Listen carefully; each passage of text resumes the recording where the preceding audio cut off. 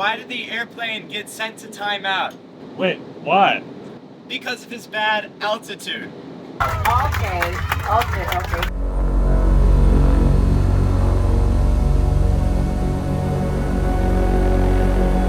Despite being a part of the United States since the conclusion of the Spanish-American War in 1898, only 54% of mainland Americans know that Puerto Ricans are in fact United States citizens.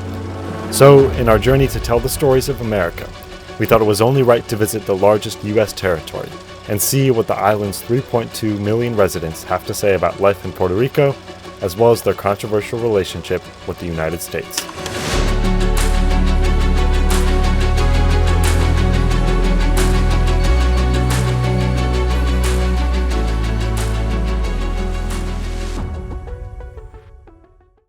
We started our adventure at a place where we knew we'd find some locals, the gas station.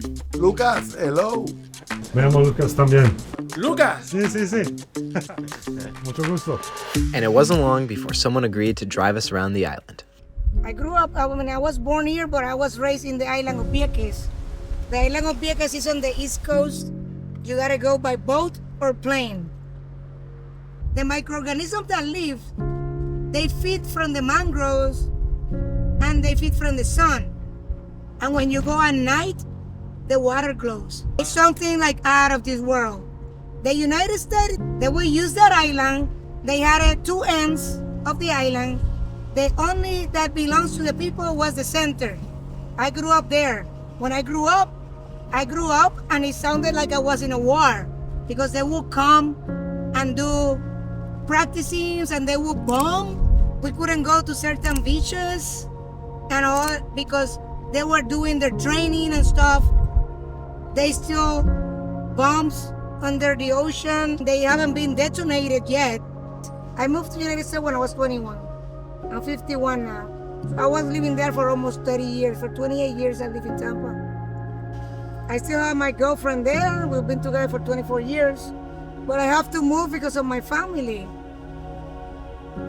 I don't want my aunt and my mom to go to a home. That's the thing with Latino people. We take care of our own in a way. I love my mom and my family. So if I have to be there for them, I'll do it.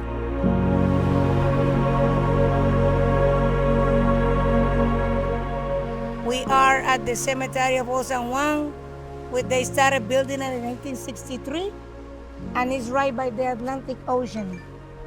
This is history. This is part of Puerto Rico, part of what we are. Anybody that come to us and want to visit, I bring them here. All over there, you can see La Perla. It's beautiful, nice breeze. I love Puerto Rico. What was Hurricane Maria? Maria was bad. There's still people that don't have electricity. The roof is falling apart. Right now where I live, and I live in El Condado, which is like a tourist place, and sometimes the water goes out like 3 or 4 times a week, a few hours. What do you wish people knew about Puerto Rico when they came here? That we're friendly, we have a lot to offer. The gastronomy and the food here is amazing. The food, the culture. Just come and learn from our island.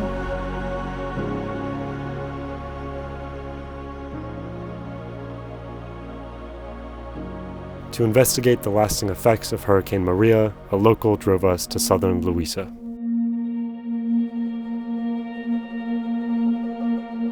"150-mile-an-hour winds ripping buildings apart, knocking out power everywhere. All of the electricity is out tonight."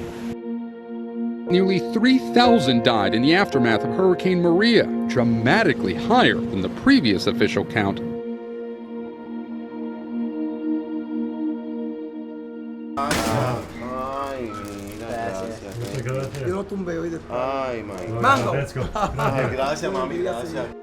She didn't want to be singled out because her father owns this house for so long, and they put in for so many grants, and they were not given any grants at all. They just told them, okay, you could get a new solar panels for free. So she went the whole process. It didn't go through. They said they didn't have any more. Then she went for some money because of the flooding, that she lost all her furniture. She lost all the furnishings that were in the house. She lost her bed, she lost her clothing.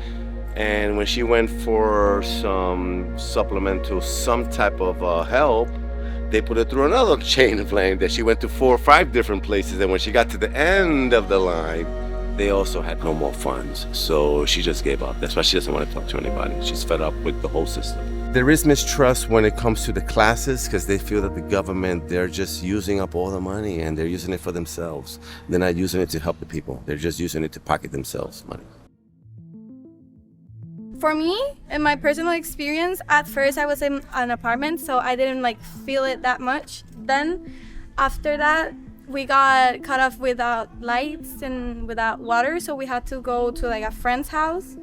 And there, the place was really, really destroyed. Everything, the trees, everything was destroyed. It was destroyed. At first I was stressing because nobody knew what to do. There was nothing to, we couldn't help that much other people. What do you wish was different? Maybe the attention that the Puerto Ricans had, because there was a lot of money that they could have been helping with. It was going to the wrong place. Yeah. How do you feel about the relationship that Puerto Rico has with the United States? They are really trash, to be honest. Do you feel taken care of? By them? ¿Tú te piensas que están cuidando el gobierno o no? I don't think so. No. No, why would they put it now a state? It's not. That sounds crazy. Why does it sound crazy? Everything changes. Everything would change. There will be a lot of things that Puerto Ricans we'd have to get adjusted to. It's not kind of fair that just because some people think that's the right idea, when they actually get it, they're not gonna want it. They're gonna regret it. They're not gonna like it.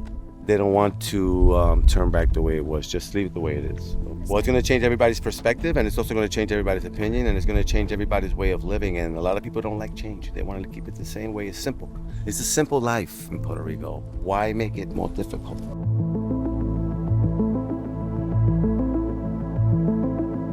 Our Airbnb is on this block right here. There's a guy from Cuba originally who eventually moved to Puerto Rico, and he wants to talk to us. American Harley Davidson. It's cool. That's my baby. Love her, man. Yeah. It's a Sportster. Great bike. You a Grateful Dead fan? Yes. I was one of the few ones that hardly no one knows what this is. We heard some people say that there were 3 big things that really hurt Puerto Rico. There was the Hurricane Maria, earthquakes, and then the pandemic. Yes. All three in a row. Do you have thoughts on just how that went? Hurricane Maria was one of the hardest hurricanes I ever hit Puerto Rico. After Hurricane Maria, there wasn't any power. And at the time of the hurricane, there was only 6 deaths. However, due to the lack of power, people who live in life support systems, it creeped up to 3,000 something because there was no power. Then came the earthquakes on the south coast. Oddly enough, earthquakes came at the same time that there was a big ship doing fracking on those coastal waters. As soon as the fracking ship sailed away, the earthquakes stopped. Seems to me they messed up the underground, they messed up the basin, and then obviously the pandemic, which you guys passed through it, I passed through it. Yeah, I saw people die. So the flu doesn't kill so many people. We have people bringing food in cars for anyone who didn't get a meal that day. There was people out of their own pocket. They will have you eaten, and they will give you a plate of food. And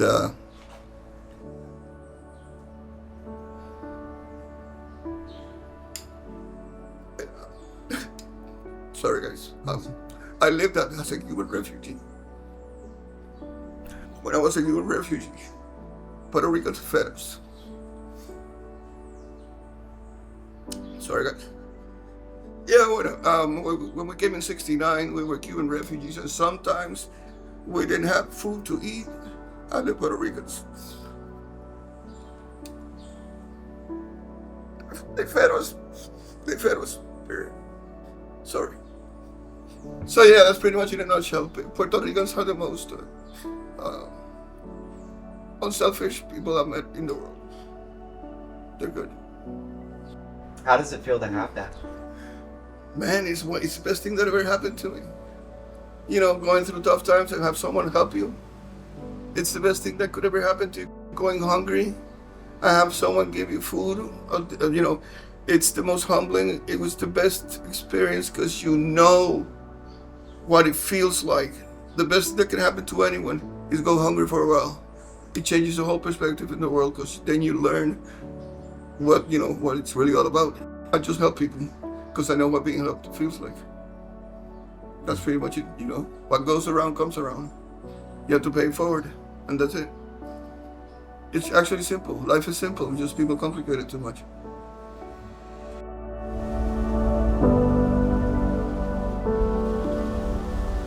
What do you think about the relationship between Puerto Rico and the United States? I think it's a good relationship. It's been gone long enough to reschedule like a better business plan, if I might call, because we are a colony. So a colony gets exploded by the one who colonized it, right? So that is not that good. We do have a very diverse culture because of that between Spain and United States, and it's very good. I love a lot of the things about the status that we have, but I think we gotta how you say that? Renegotiate, yes. We have a Jones law, and it basically don't let us do business with anybody in the world if United States is not the one doing the business. Meaning, we're in the middle of the world, right? So I can do business with Africa, with Europe, with South America, Venezuela, Colombia. I can do business, but I can't because the port is owned by the United States. So everything that comes in and out, meaning the way you do business, is not good for the locals because they have to put a tax over a tax over a tax. There's a referendum coming up. What do you think about that referendum on statehood? It has been, this is like the 7th time it has been done. Doesn't matter. Powers to be, they're different. They have an agenda and they're doing what they're doing. They're just letting us play in this game that we really don't have a say in. People call about like this democratic kind of thing. No, it's not. When's the last time they ask you about something? They do what they do and you follow. Not having the ability to vote for a president while you live here, right? So that's a huge disadvantage, right? Because although I'm not able to vote for a U.S. president in the general elections, the U.S. president and the presidential candidates, they come to Puerto Rico to raise money for their campaigns and to raise money for their primaries, right? So how you come down here, you can tell me I can vote for your primary presidential campaign, but I cannot vote for general elections? That doesn't make sense at all. And I'm registered to vote in Florida. My tax on my Army paycheck is Florida. I vote in Florida, so in that case, in my case, I have been able to vote for a U.S. president. Well, that's not the case for the general people here in Puerto Rico, and that's one of the huge disadvantages. We decided to meet with the former mayor of San Juan to better understand the political structure of Puerto Rico. I was mayor of San Juan from 2013 through 2020. What do I like about Puerto Rico? I like the people. You know, we can be in the worst argument in the world. Somebody's in need, and we drop everything to give them what we have. Literally, you know that saying, like, I'll take the shirt on my back, literally. I like that you can go to El Bosque Seco, the dry forest in Guanica in the southern part, and then you can go to the rainforest in El Yunque. And I also like the tenacity of the Puerto Rican people. You know, we have been a colony twice, one from Spain and one from the United States, but we still have a sense of who we are. It is like a tale of two cities. It is the best place in the world to live, and it's probably a very challenging place to live. We're not allowed to build in a resilient, you know this word that FEMA uses all the time, resiliency? Well, they don't allow us to build for resiliency. You're gonna see all the lampposts and the lines all over Puerto Rico. So my question always was, well, why don't we put them underground? So that when the next wind comes, this doesn't happen again. Well, the Stafford Act allows you only to replace what you have lost. Stupid. It's idiotic. That is the only way that one can put it. In 1 year, we had 7 increases to our electricity bill. It is expected that we will have another major increase of $25 per household and another one to pay the bondholders. We are not allowed, because of certain legislation, to do a lot of agriculture in Puerto Rico. 95% of the agriculture, of the things that we consume, we import. And look, I can't blame the US, you take care of your own first, right? But then either give me the tools so that I can make it, or I think in the words of Gandhi is, it's time for the United States to recognize they are masters in somebody else's land. Right now, if you're gonna buy a gallon of milk, it's $6.90 for a gallon of milk. We don't get the variety of products that you could get in the US in a supermarket. We're restricted by US legislation. We're not allowed to buy essentials like generators and solar posts or solar lamps from countries where the US buys them from. Even those people that want statehood, they say, but my homeland and my country is Puerto Rico. Well, then you want your country to assimilate to another country. The people that want independence say, now we don't want independence to get away from the US, we want independence to join the world. There's people that like the colony, the Commonwealth. And then there's people like me that like free association, which is a pact amongst 2 countries. The US has something like that with the Mariana Islands and the Palau Islands. And why? Basically because there are not enough votes to get independence. If there were enough votes to get independence, let's go for it.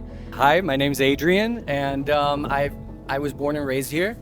I lived in Los Angeles for a little over 11 years, and I've been back on the island now for 4.5 years. What do you think about the referendum coming up in November? The referendum about like Puerto Rico and, statehood or something like that? I mean, this is a business. Politics are a business, and Puerto Rico has a lot of benefits that it gives to the United States financially, and just as a strategic point with the markets and military, and we've been oppressed for a really long time with some chokeholds that are built into our constitution that makes us a territory, but we're second-class citizens because we can't vote for the president here. So it's like they won't give us the support that's really required to make this take off. And at the same time, it's like they have us in a chokehold, like down, saying like, you got to get up, but we won't help you, but we also won't take our hand off you. So we'll see how you're going to dig yourself out of that one, which is really challenging. I mean, it's been built into the psyche here. There's actually a thing called colonial syndrome, which makes people be born in a way where they've been used to being oppressed and seeing themselves as like an inferior power to a certain degree.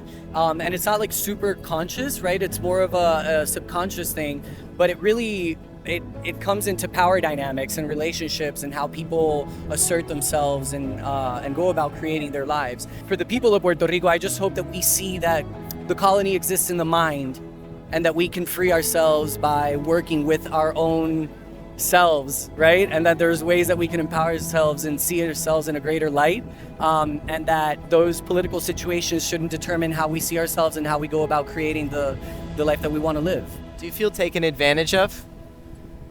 In a way, but it is what it is, and we do have a lot of things that are positive too. Not everything is negative. Right now I'm speaking English to you and we can communicate because this happened in 1898, I think, is when the United States invaded Puerto Rico and all of that. So I love the culture of United States. I've been in many states. We love it, you know. But at the same time, I feel proud of being from Puerto Rico. It's not the same, you know. Puerto Rico is going back to the Olympic Games in 2024.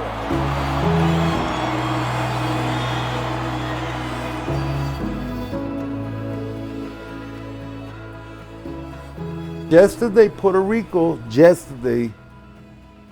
in the national basketball, I don't know if you know that. Oh yeah, Puerto Rico is 3.5 million people, tiny island, and we beat the European country. Puerto Rico in 2004, they beat the Dream Team. Hello, the Dream Team, yeah. Hello. Korea, my father was a Korean veteran. He was right there. He saw action 1950, 1952, when the conflict was very hard. Rest in peace, my beautiful dad. Love you too, all the time. He passed away 25 years ago. And I always think about him. How did your dad feel about going to war for the United States? It was terrible, very terrible. As a matter of fact, we don't bury him in the National Cemetery of the Veterans of the United States, no. We bury our father with a Puerto Rican flag because he left in his testament that he don't want to be buried in the national, and he doesn't want to be buried with the American flag. But he wasn't anti-American. Just, you know, he was forced to go to the war, you know. He was only, what, 20 years old, your age? It's not easy, man. He wanted to go to college, he wanted to study. He came back with the ACTPD, whatever. My father, he never recovered at all from the war. No, he doesn't, no. No, he used to get depressed, melancholic, nervous. He was a good father, very lovely person. He used to play his guitar, you know, this and that, but he never recovered. But you know something, my life doesn't revolve around Puerto Rico politics or American politics, you know. It's not that I don't care. Things is gonna happen, but I have control of my life, yeah. Oh yeah. I am descendant of the Indian, thank God. Very proud. People who live in nature, in peace. My brother was an archaeologist. Let me show you. Most stuff was found here in Puerto Rico. It's about 1,000 years old. Wrapped by leaf, you know, and they use it like to cut trees, you know. So it used to be like an axe. See, and over here, like for cooking, so you can, you know, for grounding, you know, cooking stuff. Since I was 10 years old, I was digging with my brother, grabbing things. Oh, look at what I found. This chair right here is my spot where I drink my coffee. And I say, whoa, this is what I'm gonna do today. I write things down, you know what I'm saying? You know, like this is my schedule for today.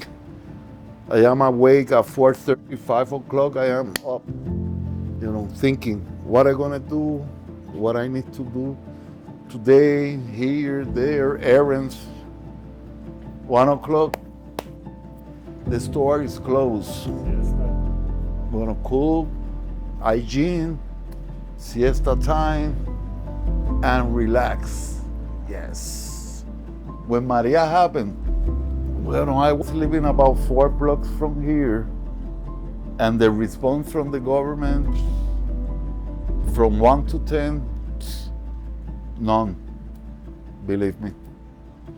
We didn't have any response from the government, and Trump came here throwing a paper towel, you know, like what the f is that? We need paper towel, my friend. We need electricity, we need food, we need this, we need water, we need that. We need help. After Maria, when the US government, led by then President Trump, turned their backs on us, it was the American people that came to Puerto Rico, left their homes, brought food and water and medication, took care of us. We had 327 AFL-CIO workers that came to Puerto Rico, to San Juan, to work with us, alongside us. So we can differentiate between the politics and the people. And the vast majority of the people, when they understand what has happened in Puerto Rico, they say, oh my God, you know.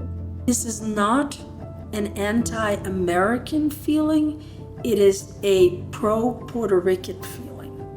It is I want what you want because it's good. I want that unalienable rights of life, liberty, and the pursuit of happiness. That creator is my creator, and I'm a person of faith. The creator doesn't choose based on who you love, the color of your skin, the accent, or your zip code.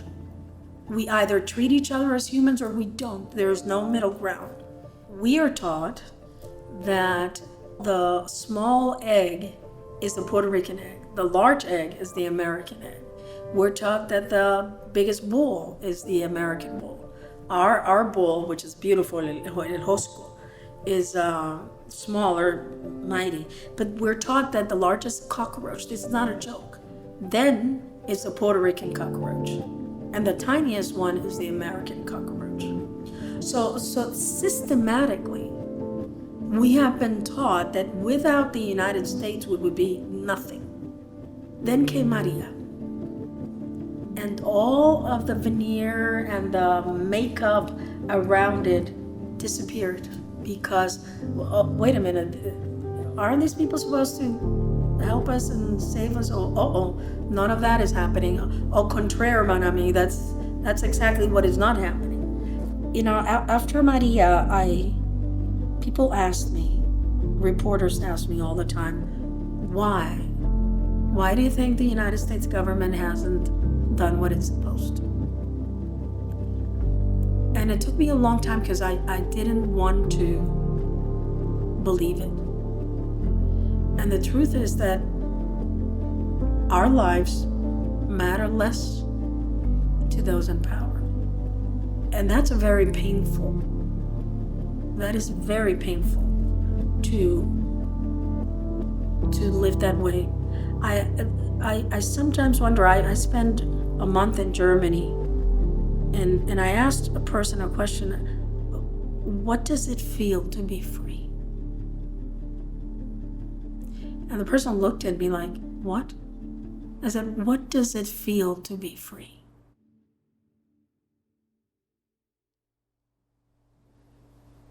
One day, just one day, I would like to know how does it feel to be free? One day. And that day forward,